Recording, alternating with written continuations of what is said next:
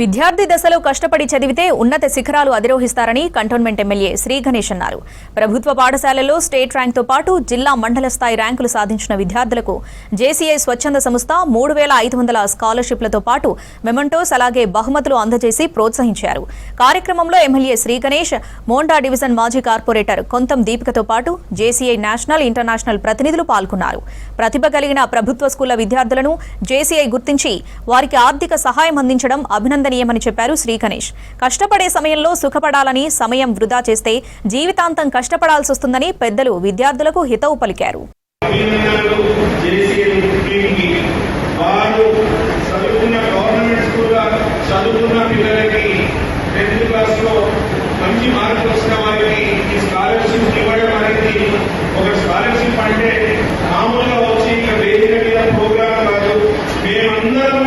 Support గా ఉన్నామనే దానికి నిదర్శనం ఈ కార్యక్రమం.